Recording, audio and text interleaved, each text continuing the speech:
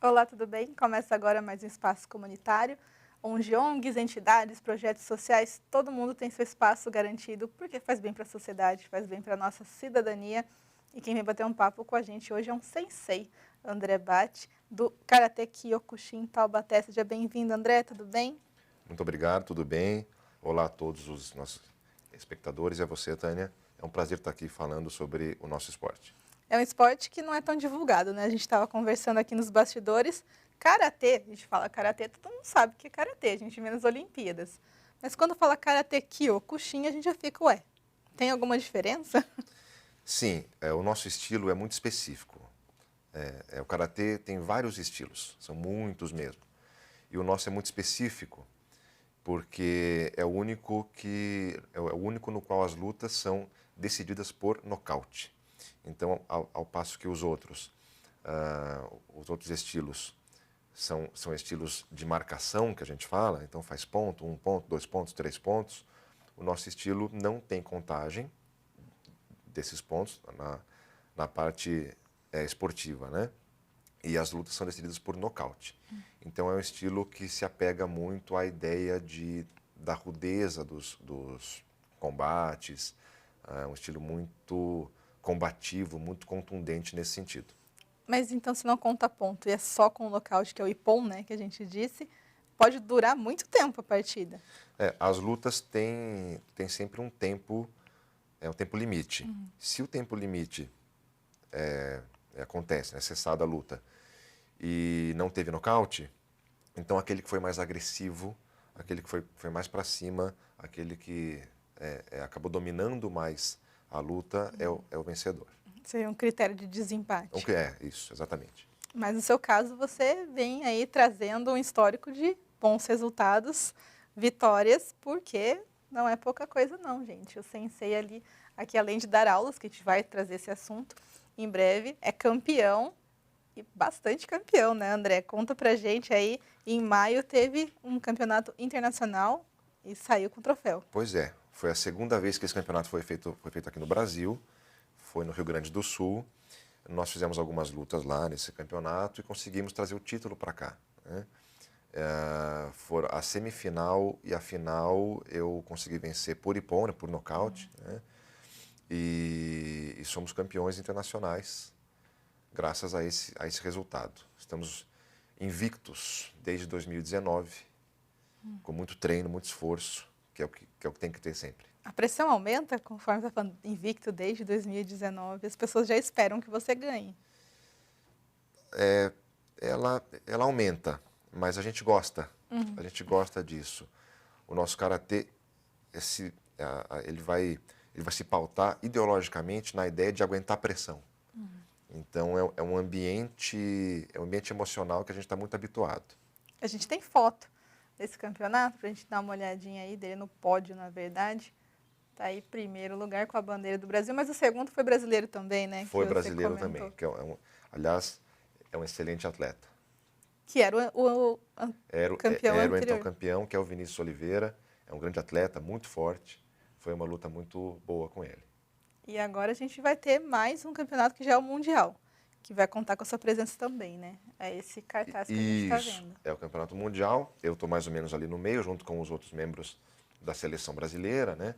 E vai ser no dia 26 de novembro, em Shizuoka, Japão, o maior campeonato do mundo, né?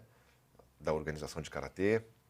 E um campeonato duro, difícil, vai contar com a participação de muitos países, grandes atletas, e a gente vai estar lá com muita honra, representando, né, o nosso país e o Vale. Agora a gente entra em outro assunto que a gente também estava conversando nos bastidores. A conversa foi longa aqui, gente. A gente estava falando sobre a falta de divulgação do esporte. A gente tem, então, campeão aqui na região, temos campeões no Brasil que conquistaram o mundo e ninguém fica sabendo. Como que vocês encaram isso? Por que aqui no Brasil só futebol está dando notícia? A gente compreende que não é um esporte de massa, né? Não é um esporte que tem grande visibilidade. Mas aí fica aquele questionamento, será que não tem visibilidade porque não se dá mesmo? né? Então, ele seria mais popular se nós tivéssemos mais divulgação? Eu acho que sim, né? Tanto é que no nosso projeto eu tenho hoje cerca de 150 famílias atendidas que vivem o karatê, que acabaram trazendo a nossa modalidade para o centro das suas vidas, né? Então, as pessoas têm bastante adesão. A gente sente muito que outros esportes, inclusive o nosso, claro, não sejam tão divulgados quanto outros, que têm muita visibilidade, né?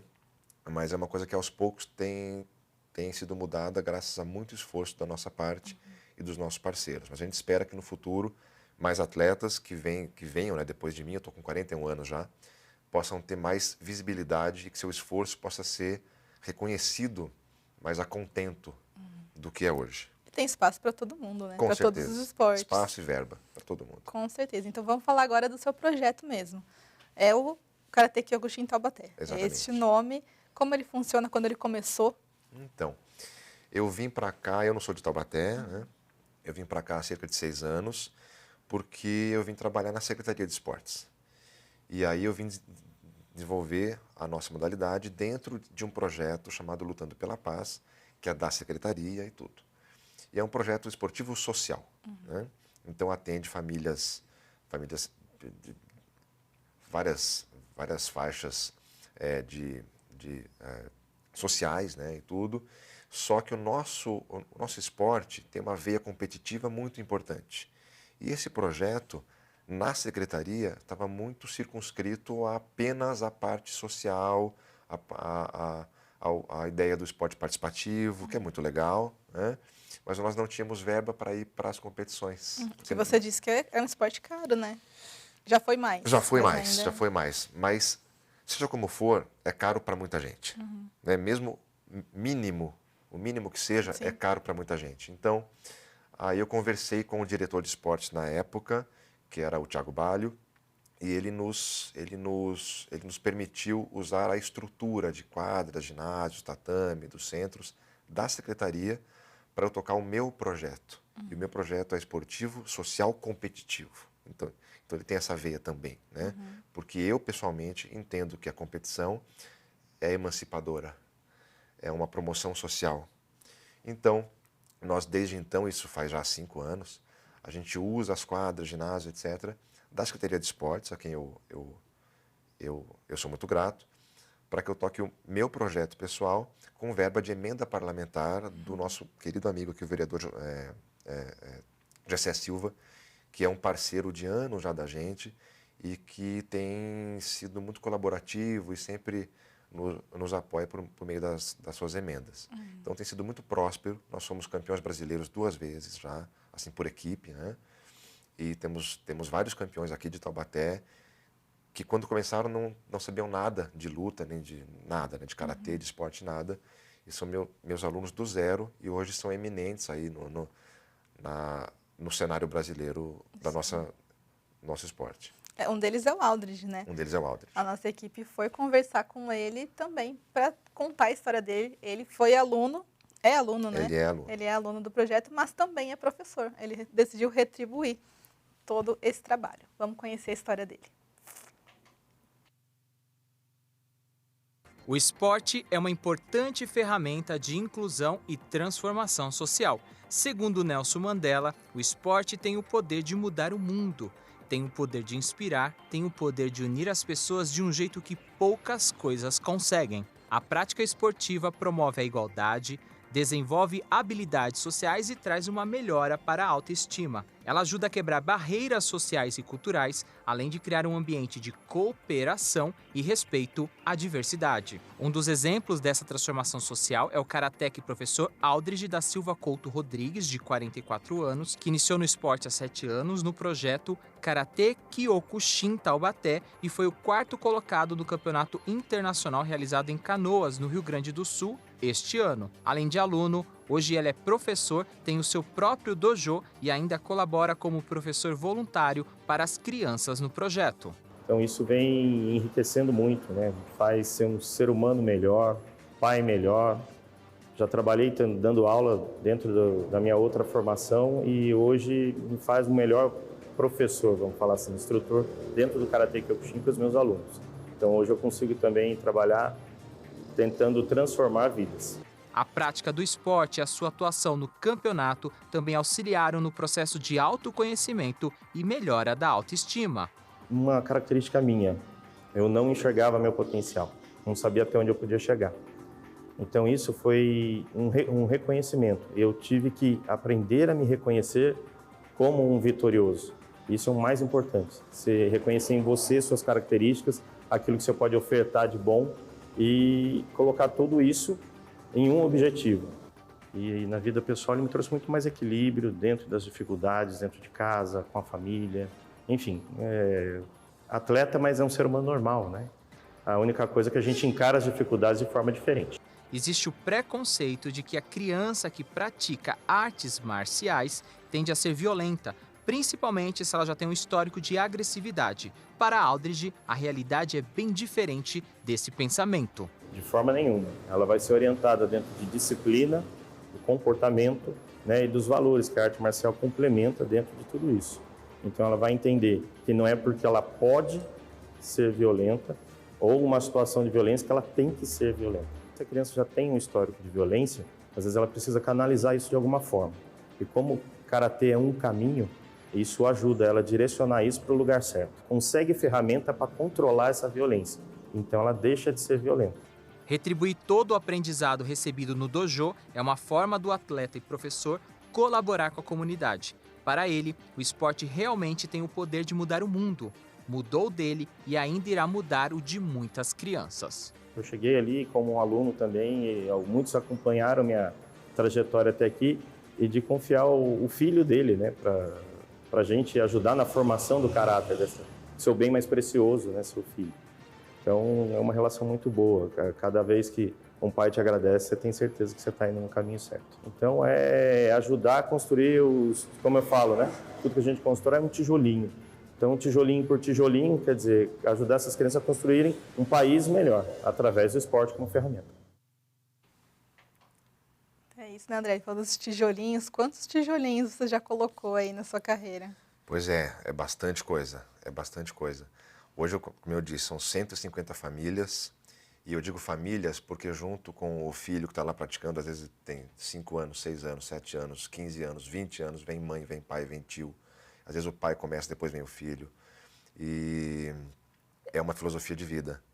E a gente ensina e aprende a controlar as emoções, a ser disciplinado, a ser resistente, que é muito importante.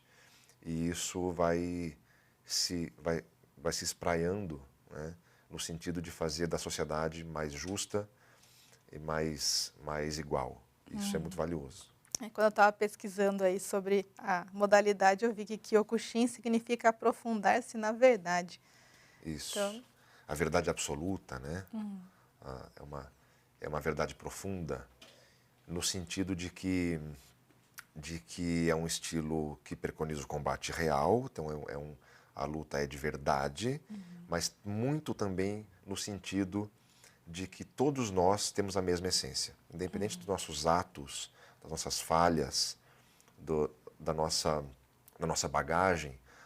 Essencialmente o ser humano tem ele é a mesma coisa, todos nós, né? Então quando a gente vai lá e veste branco, o Doug é sempre branco, né? Todo mundo é do mesmo jeito, é igual, não tem diferença de tom de pele, nem social, nem financeira, nem de gênero, não, isso não tem. Todo mundo é a mesma coisa. A única coisa que difere um do outro é a cor da faixa de cintura. Mas aí é mérito. Sim. É mérito. Então ali eu falo que é o único lugar onde a meritocracia funciona mesmo, né? Porque se tem uma faixa maior é porque se superou. Superou a si mesmo, não o outro. Que o outro é mais fácil superar. Mas superar a si mesmo é a verdadeira luta. Sim. Então é uma sociedade muito justa a nossa. E a gente verte isso para a escola, para o trabalho, para a família. É assim que a gente faz. Eu achei bacana a história do fio dourado que coloca na faixa. Sim. Na sua faixa são 3, né? Que é o são terceiro 3. dan. Isso. Explica para quem está assistindo como funciona. Por que tem essa linha dourada? Porque aquilo ali, basicamente, muito basicamente, grosso modo, simboliza a iluminação. A faixa preta é quando a gente começa de fato a treinar. As pessoas pensam que não, cheguei na faixa preta, então agora você começou, né? E aí a faixa é escura, porque a gente pensa que sabe tudo, mas a gente está nesse obscurantismo. Aos pouquinhos a gente vai ficando mais iluminado, né? E aí vem o Dan, que são os níveis dentro da própria faixa preta. Primeiro Dan, segundo Dan, terceiro Dan, que é o meu caso. A gente vai ficando mais iluminado, né? A gente vai subindo o nível da iluminação. Se você tiver 9 Dan, que é o máximo, né? Que ninguém tem, essa é uma coisa muito difícil. Ninguém tem. Tem, no mundo tem, mas é uma coisa muito rara. Então você é o mais iluminado, mas a maior parte da faixa ainda é escura. E como faz para conquistar aí mais um Dan? Então, até certo ponto, até certa idade e disponibilidade física, você faz um teste muito duro. Eu fiz um teste em 2021, que são 10 lutas por Dan. Então, eu queria o terceiro Dan. Eu fui lá, eu fiz 30 lutas seguidas, né? E que foi um teste duro. Aí, quarto Dan, 40 lutas, e assim vai até o quinto Dan. Exceto quando a pessoa não tem mais idade para isso, às vezes, aí é por mérito. Aí é o que fez pelo esporte, é o que faz pelos alunos, é o que ensina, aí é uma questão de valores, que tá sempre junto, lógico, mas aí não tem mais a parte física. Então, com 41 anos e fazendo tudo que você fez e faz, dá para chegar até onde? Eu não tenho pretensão, a gente nunca tem assim, eu quero ser quinto Dan, quero ser... Não é isso, né? Isso é o meu mestre que vai saber. Eu quero continuar aprendendo e ensinando. E aí o caminho é esse, porque a ideia não é chegar, a ideia é a jornada. Sempre, a gente fala, né, Karate-do, né? É o caminho das mãos vazias. Então essa jornada é muito mais interessante do que de fato chegar, porque chegar a gente nunca vai, né? Mas a caminhada é sempre de aprendizado, então ela é boa. E agora, quem está assistindo o programa ficou interessado. Como faz para entrar no seu projeto, ou então até o da prefeitura, né, que também tem as suas aulas, como ela pode chegar, se tem limite de idade, ou nunca é tarde para começar? A partir dos 7 anos até 150, né?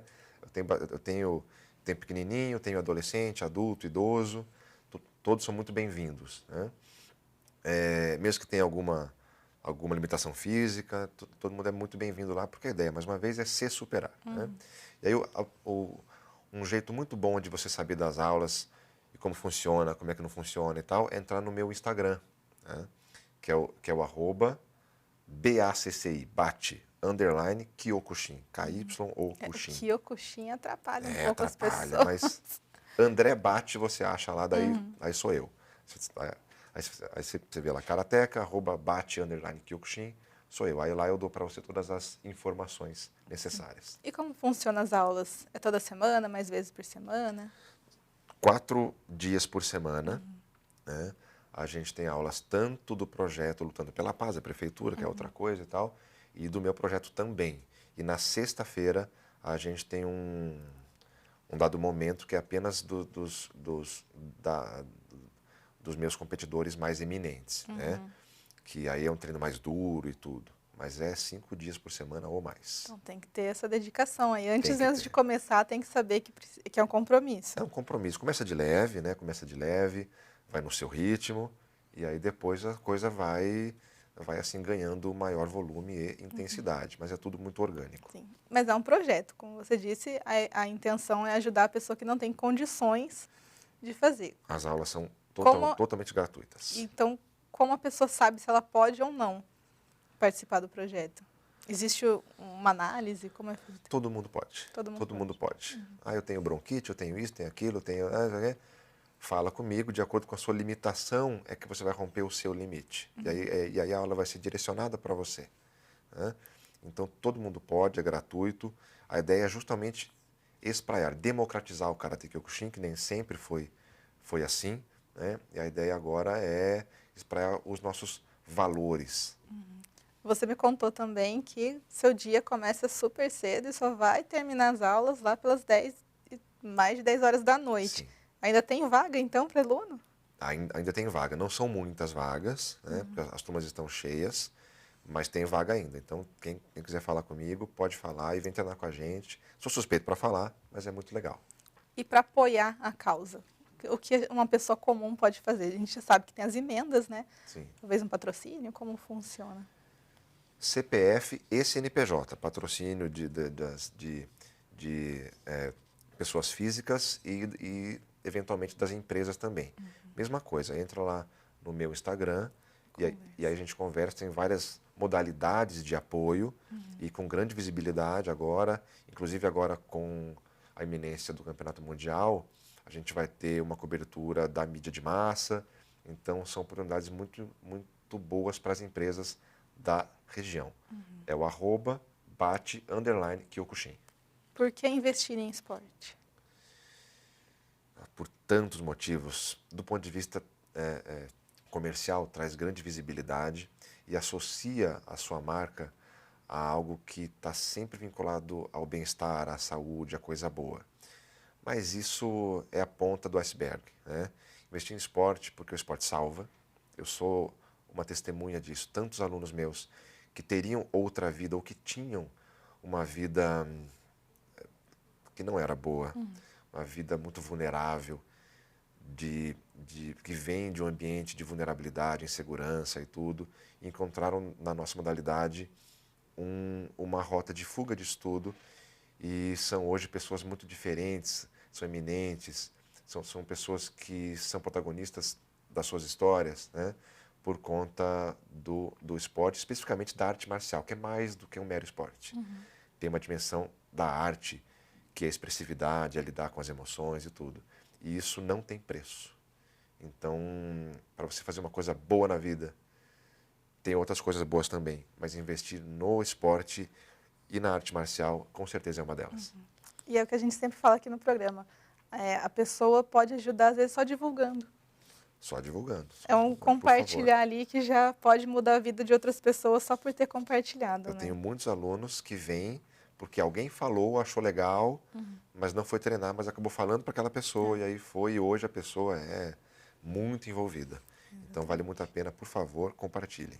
É isso. André, agradeço a sua participação, desejo toda a sorte do mundo aí para esse campeonato que acontece em novembro.